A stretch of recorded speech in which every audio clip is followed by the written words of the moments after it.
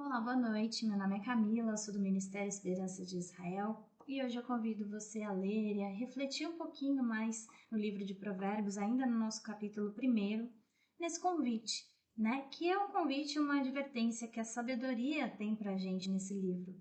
Então, eu vou fazer uma breve leitura do que diz os versos 20 ao 33 e convido você a participar comigo. Se você estiver com a sua Bíblia, acompanha por aí, se não, é só ficar atento aquilo que os versos dizem. Vamos lá?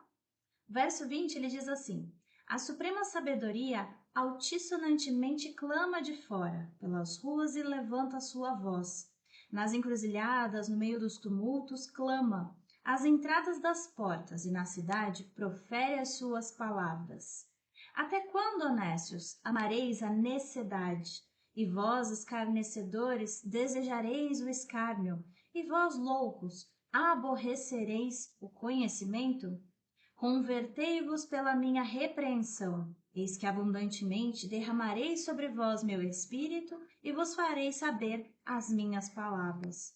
Mas, porque clamei e vós recusastes, porque estendi a minha mão e não houve quem desse atenção, antes rejeitastes todo o meu conselho e não quisestes a minha repreensão, também eu me rirei na vossa perdição e zombarei, vindo o vosso temor, vindo como assolação o vosso temor, e vindo a vossa perdição como tormenta, sobrevindo-vos aperto e angústia.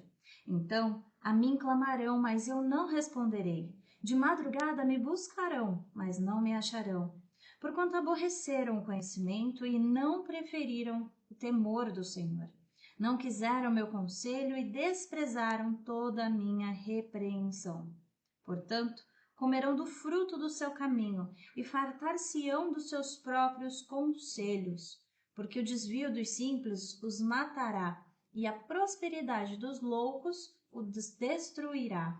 Mas o que me der ouvidos habitará seguramente e estará descansado do temor do mal. Há uma primeira lida nesse texto, a gente pode perceber que a sabedoria até aqui ela é como se fosse uma pessoa, é como se ela tivesse personificada, né? Como se ela fosse uma mulher ou como se ela fosse até um profeta, a gente pode assim dizer. E de uma primeira forma, a gente pode considerar um pouco um contexto histórico, né? Porque nesse ponto, a mulher personificada sabedoria, ou o profeta sabedoria personificado, ela faz um antagonismo às prostitutas, porque naquela época as prostitutas chamavam os homens nas praças, porque as praças eram o único lugar onde as pessoas se reuniam, socializavam. E ao contrário das prostitutas, a sabedoria, as prostitutas na verdade atraíam as pessoas para a destruição, seja moral, para a ruína moral, né? E a sabedoria ela está no papel contrário. A sabedoria ela se assemelha mais a um profeta, porque ela percorre essas ruas, essas praças, em busca das pessoas, para transmitir para as pessoas o que ela tem para ensinar, né? E denunciando a insensibilidade e a falsa segurança, né? Esclarecendo, buscando esclarecer as pessoas. O livro de Provérbios como um todo, e a gente percebe um pouquinho aqui, está bem reforçado de diversas maneiras a forma, né? E a gente vai ver mais sobre isso, a forma como Deus estabeleceu esses padrões absolutos do que é certo, do que é errado. E quando ignoramos esses padrões, quando ignoramos essas instruções, essas direções, a tragédia é a consequência, é o resultado. Então, mesmo a gente, neste momento e neste dia, a gente desconhecendo o conteúdo do livro de Provérbios inteiro, uma coisa a gente consegue perceber que todos nós aprendemos, principalmente quando nós somos jovens, é que, sem dúvida alguma, a gente vai ceifar, a gente vai colher aquilo que a gente semeou através da nossa vida, através do nosso tempo aqui na Terra. Então, o preço que a gente paga pelo pecado é exatamente essa colheita, né? A angústia, o sofrimento e muitas vezes até a destruição. Mas eu não estou fazendo esse discurso para assustar, não é para ser assustador, mas é a realidade das situações que a gente vive no dia a dia. Muitas vezes as situações, os problemas, os desafios que a gente tem na vida, eles são assustadores, né?